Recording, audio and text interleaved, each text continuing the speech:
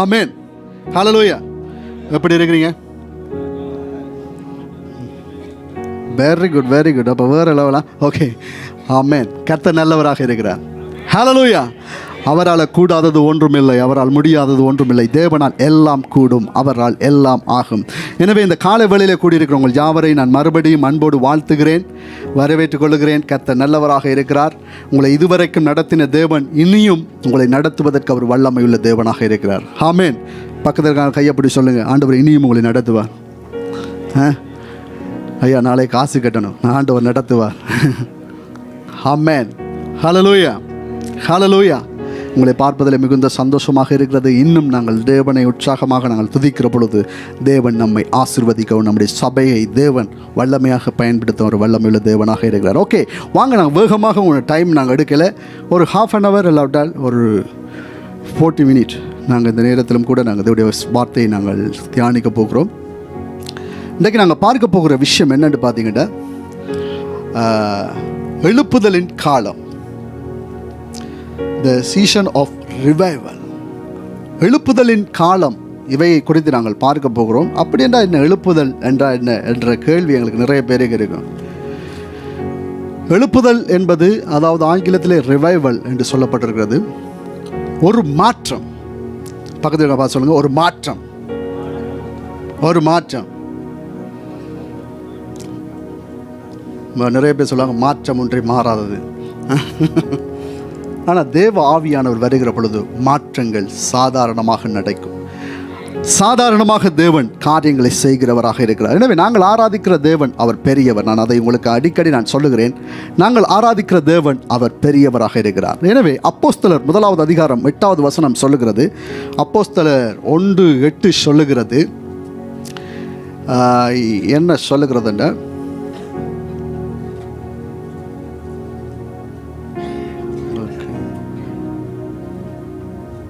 Okay right. அப்போஸ்தலர் 1வது அதிகாரம் 8வது வசனம் சொல்லுகிறது, பரிசுத்த ஆவி உங்களிடத்தில் வருகிற பொழுது நீங்கள் பலனடைந்து எருசலேமிலும் யூதேயா முழுவதிலும் சமாரியாவிலும் பூமியின் கடைசி பரியந்தம் எனக்கு சாட்சிகளாயிருப்பீர்கள் என்றார். இந்த வசனத்தை சேர்ந்து வாசிப்போம் எல்லாரும்.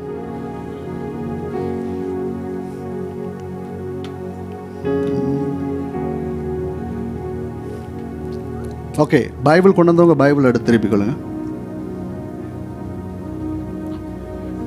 பாட்டுங்க பைபிள் கொண்டு வந்தீங்க. Okay okay okay okay okay right. Okay okay வாசிப்போமா? ரெடியா? ஓகே, வசனத்தை எடுங்க. ராதாக்கா திருப்புறாங்க. Very good. அப்போஸ்தலர் 1வது அதிகாரம் 8வது வசனம். ஓகே வாசிப்போம். 1 2 3 ஸ்டார்ட். பரிசுத்த ஆவி வருகிற போது நீங்கள் பலனடைந்து எருசலேமிலும் யூதேயா முழுவதிலும் சமாரியாவிலும் பூமியின் கடைசி பரியந்தம் எனக்கு சாட்சிகளாயிருப்பீர்கள் என்றார். ஆமென். இந்த வசனத்தை நீங்க பார்த்தீங்கன்னா, இயேசு கடைசியாக அவர் சொல்லிவிட்டு போன வசனம். இயேசு மரித்தார். அதன் பிற்பாடு அவர் இந்த உலகத்திலே அவர் 50 நாளளவும் அவர் உலாவினார். அதன் பிற்பாடு அவர் பரத்துக்கு எடுத்துக்கொள்ளப்பட்டார். எடுத்துக்கொள்ளப்படுகிற பொழுது அவர் சொல்லுகிறார் இந்த விஷயத்தை, அதாவது பரிசுத்த ஆவியினால் நீங்கள் நிரப்பப்படுகிற பொழுது, பரிசுத்த ஆவி உங்களிடத்தில் வருகிற பொழுது நீங்கள் பலனடைவீர்கள். பலனடா ஒருவேளை என்ன பலவீனமாக இருக்கலாம், ஆனால் நீங்கள் பலனடைவீர்கள். ஒருவேளை உங்களுக்கு டேலண்ட் இல்லாமல் இருக்கலாம், சரீர பலகீனமாக இருக்கலாம், சோர்வாக இருக்கலாம், மனதில் ஏதோ பிரச்சனையாக இருக்கலாம். பரிசுத்த ஆவியானவர் வருகிற பொழுது நீங்கள் பலனடைவீர்கள். அது மட்டுமல்ல, முக்கியமான விஷயம், நீங்கள் சாட்சிகளாக இருப்பீர்கள். எங்கே? எருசலேமில், சுற்றி இருக்கிற அந்த உங்களுடைய இடத்துல, யூதேயா முழுவதிலும், யூதேயாவை தாண்டி கொஞ்சம் சமாரியா அடுத்த கிராமத்துக்கு நீங்கள் போகிறீங்க. கடைசியாக பார்த்தீங்கன்னா பூமியின் கடைசி பரியந்தம் எனக்கு சாட்சிகளாக இருப்பீர்கள் என்றார். இது ஒரு வாக்குத்தத்த வசனம், ஆண்டவர் கொடுக்குற வாக்குத்தத்த வசனம். அதே நேரத்தில் இது பார்த்தீங்கன்னா ஒரு பெரிய ஒரு கட்டளையாக மாறுகிறது. இன்றைக்கு நானும் நீங்களும் இந்த இடத்துல ரட்சிக்கப்பட்டு இயேசுவை சொந்த ரட்சகராக ஏற்றுக்கொண்டு இந்த இடத்துல உட்கார்ந்து இருக்கிறோம்டா, அதுக்கு காரணம் இந்த வசனம் தான். சீசர்கள் அவர்கள் 120 பேர், அதற்கு பிற்பாடு அவர்கள் அந்த மேல் விட்டறையிலே போய் இருக்கிறார்கள். இருக்கிற பொழுது ஆண்டவர் சொன்ன மாதிரியே பரிசுத்த ஆவியானவர் அவர்கள் மேலே வந்து இறங்கினார். அவர்கள் ஒரே இடத்துல ஒரு பாசையை மட்டும் பேசிக்கொண்டிருந்தவர்கள், ஒருவேளை அறமையை மட்டும் பேசிக்கொண்டிருந்தவர்கள் 18 விதமான பாசைகளை பேசுகிறார்கள். வெவ்வேறு பாசைகளை அவர்கள் பேசுகிறார்கள். அவர்களை பார்க்கிற பொழுது மற்றவர்களுக்கு ஆச்சரியமாக இருக்கிறது, பயமாக இருக்கிறது, என்ன நடக்குது என்று. அதன் பிற்பாடு நீங்கள் பார்த்தீங்கன்னா பேதுரு அதிலிருந்து எழும்பி பிரசங்கம் பண்ணுகிறார். அவருடைய பிரசங்கத்தை கேட்டவர்கள் ஆசாரியர்கள், அந்த இடத்துல இருக்கிற பெரிய பெரியவர்கள், அந்த கிராமத்தை சுற்றி இருக்கிறவர்கள், அது மட்டுமல்ல வேறு பட்டணங்களிலிருந்து வந்தவர்கள், வேறு நாடுகளில் சிதறி இருந்தவர்கள் எல்லாரும் அந்த எருசலேமுக்கு வந்திருக்கிறார்கள். அது பெந்தகோஸ்து நாள். வந்திருந்த பொழுது பேதுருடைய பிரசங்கத்தை கேட்டாண்டுக்கு 3000 பேர் அன்று ரட்சிக்கப்பட்டார்கள். பெரிய ஒரு எழுப்புதல் உண்டாகியது, பெரிய ஒரு ரிவைவல் உண்டாகியது. அதன் பிற்பாடு நீங்கள் பார்த்தீங்கன்னா 5000. அதன் பிற்பாடு வசனம் அப்போஸ்தலர் சொல்லுகிறது, சீஷர்கள் பெருக தொடங்கினார்கள். விசுவாசிகள் அல்ல, மெம்பர்ஸ் அல்ல, லீடர்ஸ் பெருக தொடங்கினார்கள். டிசைபிள்ஸ், சீஷர்கள் பெருக தொடங்கினார்கள். சீஷர்கள் பெருக தொடங்கினார்கள், உருவாகினார்கள். எங்கும் உபதேசம் பரவியது. அந்தியோக்கியாவிலே முதல் முறையாக கிறிஸ்தவர்கள், இவர்கள் கிறிஸ்தவர்கள், இவர்கள் கிறிஸ்தவர்கள், இவர்கள் அல்லேலூயா கூட்டம், இவங்க கருத்த புத்தகக்காரர் என்று சொல்லி அவர்களுக்கு ஒரு பெயரை அவர்கள் சூட்டினார்கள். நீங்க பார்த்தீங்கன்னா அதன் பிற்பாடு சபை வளர ஆரம்பித்தது. அப்போஸ்தலர் மேலத்தைய நாடுகளுக்கு 3 மிஷனரி பயணங்களை, மொத்தமாக 4 மிஷனரி பயணங்களை அப்போஸ்தலராகிய பவுல் போகிறார். இங்கே நீங்கள் பார்த்தீங்கன்னா அந்த ஜோப்பா பட்டணம் சுற்றி இருக்கிற பட்டணங்களில் பேதுரு போகிறார். இங்கே பிலிப்பு என்கிறவர்கள் எழும்பி சமாரியாவில் ஒரு பெரிய ஒரு ரிவைவலை கொண்டு வருகிறார்கள். ஒரே சந்தோஷம், ஒரே மக்கள் ஆண்டவரை ஏற்றுக்கொள்ளுகிறார்கள். ஒரு பக்கம் துன்புறுத்தல், ஒரு பக்கம் கிறிஸ்தவர்களை எரிக்கிறார்கள், ஒரு பக்கம் வெட்டுகிறார்கள், கொலை செய்கிறார்கள், அடித்து துன்புறுத்துகிறார்கள். ஆனால் ஒரு பக்கம் ரிவைவல் வளர்ந்து கொண்டே இருந்தது, அற்புதங்கள் அடையாளங்கள் நடந்து கொண்டிருந்தது. நீங்கள் பார்த்தீங்கன்னா அப்போஸ்தலர் 2:42 பார்க்கிற பொழுது அனுதினமும் டெய்லி ஒவ்வொரு நாளும் மக்கள் வந்தாங்க. எதுக்குண்டா ஹாஸ்பிட்டலுக்கு போகல, லோயர்கிட்ட போகல, பேங்க் மேனேஜர்கிட்ட லோனுக்கு போய் நிற்கல, சபைக்கு வந்தார்கள். இங்கே சபையில் ஒரு அற்புதம் இருக்குது. நீங்கள் பார்த்தீங்கன்னா முந்தி ஏதாவது ஒரு பிரச்சனைடா ஆளுங்களுக்கு நாங்கள் சொல்லுவோம், சேச்சிக்காங்க, சபைக்கு வாங்க, சபைக்கு வாங்க, ஆண்டோடத்தில் வாங்க, இந்த வாரம் வாங்க என்று கையை பிடிச்சி நாங்கள் கூட்டிகிட்டு வருவோம் ஃபேமிலியாக. ஏண்டா அங்கே அற்புதம் உண்டு, அங்கே விடுதலை உண்டு, இங்கே சுகம் உண்டு, இங்கே பலன் உண்டு, இங்கே விடுதலை உண்டு, இங்கே நித்திய வாழ்வு உண்டு அண்டு தெரிஞ்சிச்சு. அதனால தான் இன்றைக்கு நானும் நீங்களும் இந்த இடத்துல உட்காந்துருக்கிறோம். போக போக போக இன்றைக்கு எப்படி ஆகிட்டேன்டா, அந்த ஹாஸ்பிட்டல் இன்றைக்கு நல்ல டாக்டர்ஸ் இருக்கிறாங்க. இன்றைக்கு நாங்கள் இதான் இன்றைக்கு சுவிசேஷம் சொல்லிக்கிட்டு இருக்கோம். எப்படி அந்த சன்வேல பார்த்து போனீங்கன்னா டாக்டர் குமார் இருக்கிறார், அவர் உங்களுக்கு நல்ல கண்ணை நல்லா ஆகிடுவார். இந்த கொலம்பியா போனீங்கன்னா ஓகே, யூனிவர்சிட்டிக்கு நீங்கள் போனீங்கன்னா அங்கே நல்ல ஒரு ஸ்பெஷலிஸ்ட். இன்றைக்கு இப்படித்தான் நாங்கள் அறிமுகப்படுத்துக்கிறோம். ஆனால் அன்று ஒரு காலம் இருந்தது, சபைக்கு வாங்க.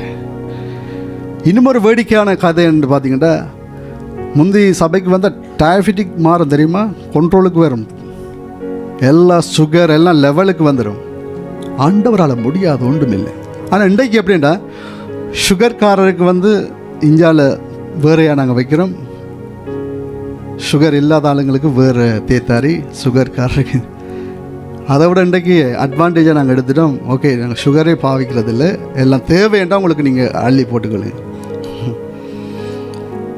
முந்தைய ஒரு காலம் இருந்தது, நடந்து நொண்டி நொண்டி நடந்து வரவங்களுக்கு நாங்கள் வந்து என்ன செய்வோம், சுகமாக்கி அந்த கோலை நாங்கள் விடுத்துருவோம், தடி எடுத்துருவோம். இன்றைக்கு நாங்கள் என்ன சேச் வந்து வாங்கி கொடுக்குது கோல், நீங்கள் இதுதான் உங்களுடைய வாழ்க்கை, நீங்கள் காலம் ஃபுல்லாக நீங்கள் நொண்டி நொண்டி தான் நடக்க போகிறீங்க. இன்றைக்கு மாறிச்சு, இன்றைக்கு வேறொரு பக்கம் போய்கொண்டு இருக்குது. அந்த மென்டாலிட்டி வித்தியாசமாக போகுது. ஏசுவால முடியாதது, இந்தா தடியை உண்டிட்டு தெரியும், ஏசுவால முடியாது அந்த ஹாஸ்பிட்டல் போ, ஏசுவால முடியாது இந்த கவுன்சிலர்கிட்ட போ, ஏசுவால முடியாது. நான் அதை வந்து எகெயின்ஸ்டாக சொல்லலை, நீங்கள் அதை புரிஞ்சு கொள்ளணும். டாக்டர்கிட்ட போகிறது வந்து அவள் போகாமே விடக்கூடாதுன்னு சில விஷயங்களுக்கு நீங்கள் போங்க. நான் என்ன சொல்ல வரேன்டா, ஒரு காலம் இருந்தது தேவன் அற்புதங்களினாலும் அடையாளங்களினாலும் தேவன் காரியங்களை செய்தார். ஆனால் காலம் போக போக போக போக மாறிடுச்சு. ஓகே, அதை தாண்டி நாங்கள் பார்க்க போகிறோம். ஆனால் இப்பொழுது ஒரு காலம் வருகிறது, ஆண்டவருடைய காலம். அதில் தேவன் என்ன காரியத்தை செய்ய போகிறார் என்று தான் உங்களை காண்பித்து கொடுக்க போகிறேன். வேகமாக போவோம். Okay, right. இன்றைக்கு நீங்கள் பார்த்தீங்கன்னா இன்றைக்கு இப்படி தான் இருக்குது எங்களுடைய சமூகம். நல்லாவிட்டால் எல்லா தேசங்களையும் நீங்கள் பார்த்தீங்கன்னா ஏசாயா சொல்லுகிறார், இருள் பூமியையும் காரிருள் ஜனங்களையும் மூடி இருக்கிறது. இன்றைக்கு இருள் மூடி இருக்கிறதுனால என்னென்னு பார்த்தீங்கன்னா இன்றைக்கு பயங்கரமான அழிவுகள், கொள்ளை நோய்கள், கோவிட் வந்துச்சு. இப்போ ஏதோ எலி சம்பந்தமான சில வைரஸ் பரவுது. ரெண்டும் ஒரு 19 வயது ஒரு வாலிபன் கடையில் சாப்பிட்டு போய் அவர் இறந்து போயிட்டார். அவர் டெஸ்ட் பண்ணி பார்த்தா எலி அவருடைய சாப்பாட்டை சாப்பிட்ருக்கு. எலியுடைய ஏதோ ஒரு விஷயம் அல்லாவிட்ட எலி வாய் வச்ச சாப்பாடு. எனவே அதிகமானவர்கள் நீங்கள் கடையில் நீங்கள் சாப்பிடுவீங்க, அவாய்ட் பண்ணுங்கள். வீட்டில் சமைச்சு சாப்பிட்றது ஆரோக்கியமாக இருக்கும். ஓகே, எனவே நீங்கள் பார்த்தீங்கன்னா இன்றைக்கு பயங்கரமான வியாதிகள், கொள்ளை நோய்கள், பூமி அதிர்ச்சிகள். இன்றைக்கு அமெரிக்கா போட்டு இந்த அமெரிக்கா இஸ்ரேலும் போட்டு இந்த ஈரானை அடித்து ஈராக் அடித்து ரஷ்யா போட்டு உக்ரைன் அடித்து மக்கள் அழிந்து போகிறார்கள். அது மட்டுமல்ல, இன்றைக்கு நீங்கள் பார்த்தீங்கன்னா உலக நாடுகள் முழுவதும் இன்றைக்கு ஆயுதத்தோடு இருக்கிறார்கள், யுத்தத்திற்கு ஆயத்தப்படுகிறார்கள். பயங்கரமான ஒரு யுத்தத்திற்கு ஆயத்தப்பட்டு கொண்டிருக்கிறார்கள். எந்த நேரம் எது வெடிக்கும் என்று எங்களுக்கு யாருக்குமே தெரியாது. அது மட்டுமல்ல, இயற்கை சீற்றங்கள் இவைகள் தான் ஓகே நடக்குதுன்னு பார்த்தா இந்த பக்கம் நீங்கள் பார்த்தீங்கன்னா ட்ரக்ஸுக்கு அடிமையாக இருக்கிறார்கள், போதை வஸ்துக்கு அடிமைப்படுகிறார்கள், ஓரினை சேர்க்கை, ஆணும் திருமணம் செய்து கொள்ளுகிறார்கள், பெண்ணும் திருமணம் செய்து கொள்ளுகிறார்கள். அது மட்டுமல்ல, இன்றைக்கு நீங்கள் பார்த்தீங்கன்னா அவருடைய ஜென்ரல் ஒருவருடைய நான் ஆண் பாலா இல்லாவிட்ட நான் ஆம்பளையா பொம்பளையாண்டு அறியாத அளவுக்கு இன்றைக்கு பாவங்கள் பெருகிவிட்டது. ஏன்னா அவங்க செய்கிற செயற்பாடுகள். அது மட்டுமல்ல, நீங்கள் பார்த்தீங்கன்னா இன்றைக்கு திருமணத்துக்கு முன்பதாக ஒன்றாக வாழ்வது, லிவிங் டுகெதர், சரி என்று இன்றைக்கு சபை கூட சொல்லுகிறது. ஒரு பாதிரியார் ஆணுக்கும் திருமணத்தை செய்து வைக்கிறார். சில நாடுகள் இன்றைக்கு கோர்ட்ஸுக்கு முன்பதாக அல்லாவிட்டால் கவர்மெண்ட் ஆபீஸுக்கு முன்பதாக போராடுகிறார்கள். இன்றைக்கு ஆம்பளையும் பொம்பளையும் ஒன்றாக இருந்து வாழ்வது ஈஸி. அது மட்டுமல்ல, இன்றைக்கு வாடகை தாய் என்று சொல்லி ஆணும் திருமணம் செய்து கொள்ளுகிறார்கள். ஆனால் வாடகைக்கு ஒரு தாயை எடுத்து பிள்ளையை பெற்றுக் கொள்ளுகிறார்கள். இன்றைக்கு சீர் அழிந்து கொண்டு போகிறது இன்றைக்கு உலகம். அது மட்டுமல்ல, கல்ச்சர், திருமண வாழ்வுக்கு பிறகு இன்னும் ஒருவரோட தொடர்பு, கள்ள தொடர்பு அல்லாவிட்டால் நேரடியான தொடர்பாகவும் இருக்கலாம்.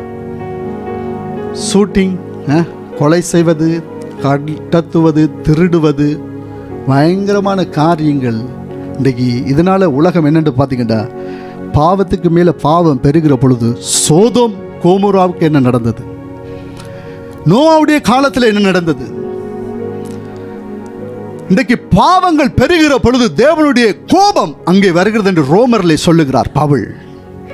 இன்றைக்கு பாவம் பெருக ஆரம்பிக்கிற பொழுது மக்களுக்குள்ளே ஒரு விதமான வியாதி, வாதைகள், பயங்கரமான காரியங்களால் இன்றைக்கு செத்து போகிறார்கள். ஏசாயா சொல்லுகிறார், என் ஜனங்கள் அறிவில்லாமையால் சங்காரமாகிறார்கள், செத்து போறாங்க. அறிவில்லாதால் செத்து போறாங்க. இன்றைக்கு இதனால தான் என்ன நடக்குதுன்னா எங்களுக்கு ஒரு ரிவைவல் அல்லாவிட்டால் ஒரு எழுப்புதல் எங்களுக்கு தேவையாக இருக்கிறது. இன்றைக்கு முழு உலகத்துக்கும் தேவையாக இருக்கிறது. எழுப்புதல் என்ற வார்த்தை என்னன்னு பார்த்தீங்கன்னா, ஆவியானுடைய அளவு கடந்த வல்லமை வெளிப்படும் பொழுது மனிதர்கள் இயேசுவை உள்ளத்தில் ஏற்றுக்கொள்ளும் போது ஏற்படுகிற மாற்றத்தினால் சபைகளில், வீடுகளில், நீங்கள் வாழுகிற கிராமங்களில், நீங்கள் இருக்கிற அந்த பிரதேசங்களில், அந்த தேசத்தில் உண்டாகும் ஒரு மனமகிழ்ச்சியின் உச்சக்கட்டமே எழுப்புதல். எழுப்புதல் என்று என்னென்று பார்த்தீங்கன்னா, இன்றைக்கு எழுப்புதல் வருகிற பொழுது என்ன நடக்குதுண்டா, உங்களுடைய பர்சனல் லைஃப், உங்களுடைய தனிப்பட்ட வாழ்க்கை மாறுகிறது. ஃபேமிலி லைஃப், உங்களுடைய குடும்பங்களுக்குள்ள ஒரு சமாதானம் உண்டாகிறது. அது மட்டுமல்ல, சபையிலே ஒரு பெரிதான காரியங்கள் நடக்கிறது, சபையிலே அற்புதங்கள் நடக்கிறது. அது மட்டுமல்ல, தேசங்களுக்குள்ளே மாற்றங்கள் உண்டாகிறது. இதுதான் இன்றைக்கு நீங்கள் பார்த்தீங்கன்னா எழுப்புதல் வருகிற பொழுது, ஒரு ரிவைவல் வருகிற பொழுது, ஆவியானவர் ஊற்றப்படுகிற பொழுது, பொழிந்தருளப்படுகிற பொழுது, மக்கள் பாவத்தை விட்டு, அக்கிரமத்தை விட்டு, அநியாயத்தை விட்டு, கொலை களவுகள் இவைகளை விட்டு அவர்கள் ஒரு நல்ல மனிதனாக மாறுவது தான் இந்த ரிவைவல். பக்கத்தில் இருக்காங்களா பார்த்து சொல்லுங்கள், எழுப்புதல் என்பது மனிதர்கள் மனுஷனாக வாழ்கிறது.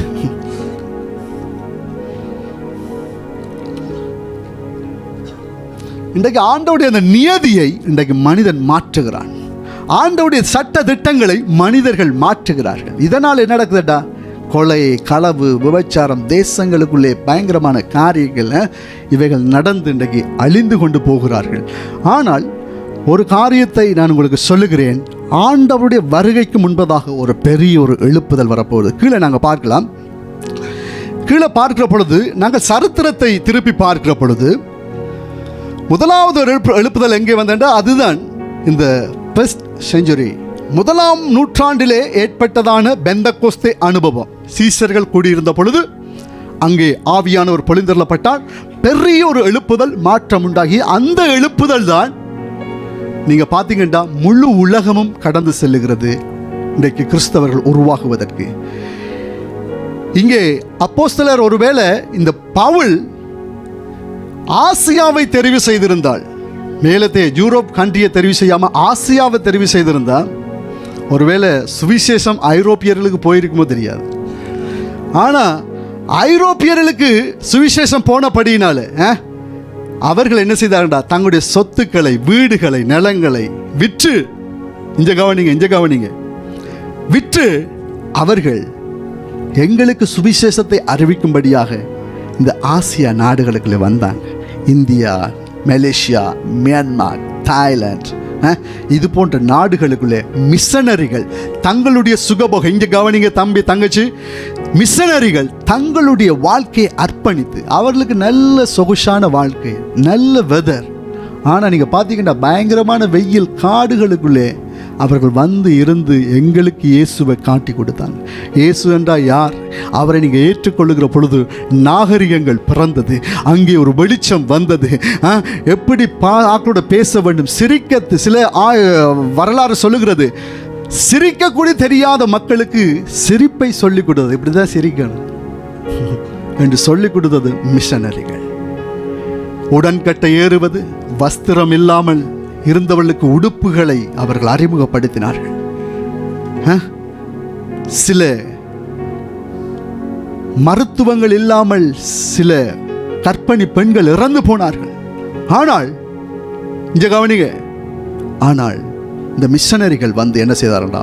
மாபெரும் மாற்றத்தை, அற்புதங்களை அவர்கள் மத்தியில் நிகழ்த்தினார்கள்.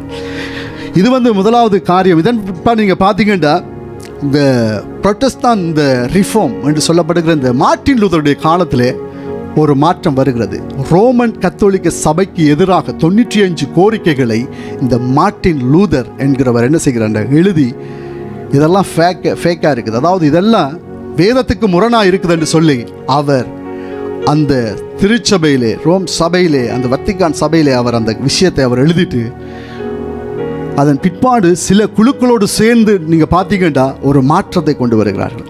ஆதி திருச்சபையில் இது இருந்துச்சு, நாம் பாவ மன்னிப்புக்காக இது செய்யக்கூடாது, எங்களுடைய தாத்தா சேர்த்துட்டாரு, அதுக்கு ஒரு கடிதம் எழுதி வச்சுட்டு அதை கொண்டு நாங்கள் உண்டியலில் போட்டுட்டு அதுக்கு கொஞ்சம் காசு கொடுத்தா அவர் நரகத்தில் இருக்கிறவர் ஜம்ப் பண்ணி பரலோகத்துக்குள்ள பாஞ்சிருவார். இந்த மூட நம்பிக்கைகள், அது மட்டுமல்ல, சில காரியங்கள் பணத்திற்காக சில விஷயங்களை அவர்கள் செய்ய ஆரம்பித்தார்கள் கத்தோலிக்க சபை.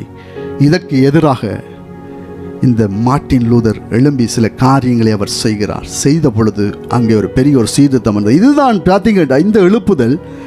ஒருவேளை ஆவியானுடைய அசைவு, அந்த காரியங்கள் இல்லாவிட்டாலும் இது மாபெரும் மாற்றத்தை ஏற்படுத்தியது. இதன் பிற்பாடு நீங்கள் பார்த்தீங்கன்னா அவருடைய 1517 1860 வரைக்கும் ஒரு பெரிய ஒரு மாற்றத்துக்குள்ளாக போகிறது. அதில் தான் நீங்கள் பார்த்தீங்கன்னா அந்த ஆதி பிதாக்கள், சபை பிதாக்கள் எழும்புகிறார்கள். சபை என்பது இதுதான், இது இப்படி என்று செய்யல சொல்லி சிலர் எழும்புகிறார்கள். அதன் பிற்பாடு 1994 வேர்ல்ட்ஸ் அதே மாதிரி ஷூஷா அந்த ஸ்ட்ரீட் எழுப்புதல் வருகிறது. அதில் நீங்கள் பார்த்தீங்கன்னா இந்த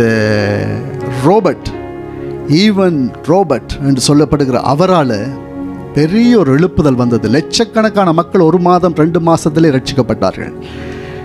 இந்த ரிவைவல் முழு ஆசியாவிலேயும் பெரிய ஒரு தாக்கத்தை ஏற்படுத்தினது. இதற்கு பிறகுதான் நீங்கள் பார்த்தீங்கன்னா இந்த 1960-70களில் நம்ம நாடுகளில் பல ஊழியர்கள் எழும்பி பெரிய காரியங்களை செய்தார்கள். அதான் அந்த டிஜிஎஸ் தினகரன். அதே மாதிரி நீங்கள் பார்க்கலாம் ஸ்ரீலங்காவில் மேவின் குணச்செல்வம், அதே மாதிரி நீங்கள் பார்க்கலாம் ராஜேந்திரம் என்று சொல்லி அவர்கள் நடந்து வருகிற பொழுதே பிசாசுகள் ஓடும், அலறி அடித்து அற்புத சுகங்கள் உண்டாகும், பெயர்களை சொல்லி அழைப்பார்கள். இது ஏற்கனவே நான் உங்களுக்கு சொல்லியிருக்கிறேன். ஆனால் அந்த 70ல் நடந்த அந்த அபிஷேகம், அந்த ரிவைவல் அப்படியே கடந்து 95 96 அப்படியே 2000 ஸ்டஃப். 2000க்கு பிற்பாடு சபை செத்து போயிட்டு, சபை இறந்து போயிட்டு, சபையில் மாற்றங்கள் இல்லாமல் போயிட்டு. ஆனால் இப்பொழுது ஆண்டவர் ஒரு பெரிய ஒரு காரியத்தை செய்ய போகிறார். பெரிய ஒரு மாற்றத்தை தேசங்களுக்குள்ளே தேவன் செய்ய போகிறார். இப்பொழுது நீங்கள் பார்த்தீங்கன்னா இந்த ஆப்பிரிக்கா நாடுகளில் தேவன் சில காரியங்களை செய்து கொண்டு வருகிறார். அதே மாதிரி இந்த ஆசியாவிலே ஒரு பெரிய ஒரு எழுப்புதலை தேவன் இந்த நாட்களில் கொண்டு வரப்போகிறார். அதற்காகத்தான் நான் உங்களுக்கு சொல்லுகிறேன், உங்களை உற்சாகப்படுத்துகிறேன். நீங்கள் தேவனுக்குள்ளே நீங்கள் உண்மையாக இருங்கள், ஜெபிக்கிற சபையாக இருங்கள், ஜெபிக்கிற குடும்பமாக இருங்கள், ஜெபிப்பதற்கு நீங்கள் உங்களுடைய ஒப்பு கொடுங்கள், ஊழிய காரியங்களுக்கு நீங்கள் உங்களை ஒப்பு கொடுங்கள். ஆண்டவர் உங்களை பலமாக தேவன் பயன்படுத்த போகிற காலங்கள் வந்து கொண்டிருக்கிறது. எனவே எழுப்புதல் என்பது என்னென்று பார்த்தீங்கன்னா, அநேகர் இறந்து கொண்டு போகிறார்கள், பாவத்திலே மறைத்து கொண்டு போகிறார்கள், நரகத்தை நோக்கி ஓடிக்கொண்டிருக்கிறார்கள். அவர்களை திருப்பி விடுவதுதான் தேவனுடைய அந்த அபிஷேகம், அல்லாவிட்டால் அந்த ரிவைவல், அந்த பரிசுத்த ஆவியானுடைய வேலை. இதில் நீங்கள் பார்த்தீங்கன்னா யாரெல்லாம் இதில் பங்கெடுப்பார்கள் என்று பார்க்கிற பொழுது அவர் சொல்லுகிறார், வாலிபர்கள், உங்கள் பிள்ளைகள், உங்களுடைய வாலிபர்கள், மூப்பர்கள், தலைவர். அவர் சொல்லுகிறார், அந்த நாட்களில் நான் மாம்சமான யாவர் மேலும் என் ஆவியை ஊற்றுவேன். உங்கள் பிள்ளைகள், உங்கள் குமாரரும் குமாரத்திகளும் தீர்க்க தரிசனம் சொல்லுவார்கள். வாலிபர்கள் தரிசனங்களை காண்பார்கள், மூப்பர்கள் சொப்பனங்களை காண்பார்கள். அந்நாட்களில் ஊழியக்காரர்கள் மேலும் ஊழியக்காரர்கள் மேலும் என் ஆவியை ஊற்றுவேன், என் அக்கினியை ஊற்றுவேன், என் அபிஷேகத்தை ஊற்றுவேன். இது எப்பொழுதும் நீங்கள் பார்த்தீங்கன்னா ஆண்டவர் இந்த காலங்களிலே அவர் செய்ய போகிறார், இந்த நாட்களில் செய்ய போகிறார். நீங்கள் முழு வேதாகமத்தை ஆய்வு செய்கிற பொழுது என்ன நடக்குதுன்னா, இயேசு வருவதற்கு முன்பதாக சில வருடங்களுக்கு முன்பதாக ஒரு பெரிய ஒரு எழுப்புதல் உண்டான். இந்த உலகத்திலே யாரும் செய்யாத காரியங்களை, பேதுரு இந்த இதுவரைக்கும் இந்த உலகத்தில் செய்யாத நபர்கள் செய்யக்கூடிய காரியங்களை இந்த நாட்களில் சபை மக்கள், தேவனுடைய பிள்ளைகள் செய்ய போகிறார்கள். அதனால தான் இன்றைக்கு நாங்கள் ஒரு மெம்பர் அல்ல ஒரு விசுவாசியாக இருப்பதை தேவன் விரும்புகிறார்கள். அவர் நீங்கள் ஒவ்வொருவரும் ஆண்டவருடைய ஊழியக்காரர்கள், தேவனுடைய ராஜ்யத்தை கட்டுகிற ஆசாரியர்கள், லேவியர்களாக புதிய ஏற்பாட்டில் எங்களை அழைக்கிறார். எங்களை ராஜாக்களாக தேவன் அழைக்கிறார். எங்களை ஆசாரியர்களாக, லேவியர்களாக தேவன் இந்த புதிய ஏற்பாட்டில் அழைக்கிறார். எதற்கண்டு பார்த்தீங்கன்னா அவருடைய வேலைக்காக, அவருடைய காரியங்களுக்காக. இதுதான் நீங்கள் அடுத்த ஸ்லைடில் நீங்கள் பார்க்கலாம். இயேசு வரப்போகிறார். 1000 வருட அரசாட்சி முடிவிலே சாத்தான் கட்டவிழ்த்து விடப்பட்டு அவன் என்ன செய்வான், பூமியிலே மக்களை இயேசுக்கு விரோதமாக கொண்டு வருவான். இது நீங்கள் பார்த்தீங்கன்னா இந்த அர்மகதேன் யுத்தத்துக்கு பிற்பாடு. ஆனால் நீங்கள் பார்த்தீங்கன்னா இயேசுவினாலே இவர்கள் அழிக்கப்படுவார்கள். அந்த கிறிஸ்து சாத்தானுடைய காரியங்கள் அழிக்கப்படும், தள்ளுண்டு போவார்கள். மேலும் இதுவரைக்கும் உயிர்த்தெழுதாதவர்கள் உயிரோடு எழும்புவார்கள். அபவிசுவாசிகள் அனைவரும் உயிர்ப்பிக்கப்படுவார்கள்.